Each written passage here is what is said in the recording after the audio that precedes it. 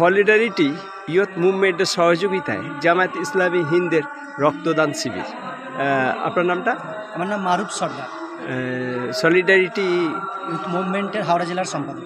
আচ্ছা, আজকে রক্তদান শিবিরে আপনি কিভাবে পরিচালনা হলো এবং কতজন রক্তদান করলেন? আমাদের এটা অনেকদিন আগে ডেটটা ফিক্সড হয়েছিল যে 16ই নভেম্বর এটা রক্তদান শিবির হবে। তো সেটা আমরা কোলাবরেট করে জামাত ইসলামী হিন্দ বাহাদুরপুর শাখার সাথে সলিডারিটি হাওড়া দুজন কোলাবরেট করে রক্তদান শিবিরটা করেছি। তো আল্লাহর কাছে লাখো কোটি শুকরিয়া যে সফলভাবে আমাদের রক্তদান শিবির সম্পন্ন হলো। প্রায় 44 জনেরও অধিক রক্তদান করেছেন স্বইচ্ছায়। আর সবথেকে বড় কথা হচ্ছে আমাদের সলিডারিটি ইউথ মুভমেন্টের রাজ্য লেভেলের একটা ব্লাড ফাইটার্স আছে, যেটা আমরা লাইভ ব্লাড ডোনার হিসাবে আমরা সাপ্লাই করি।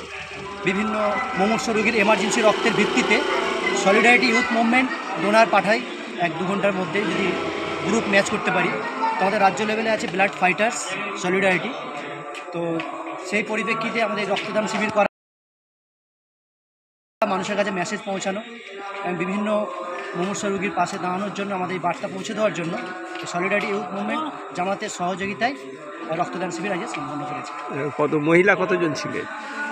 মহিলা অ্যাক্ট্রেস এখনও আমাদের কাউন্টিং হয়নি, টোটাল 44 জন রক্ত দিয়েছে আজকে।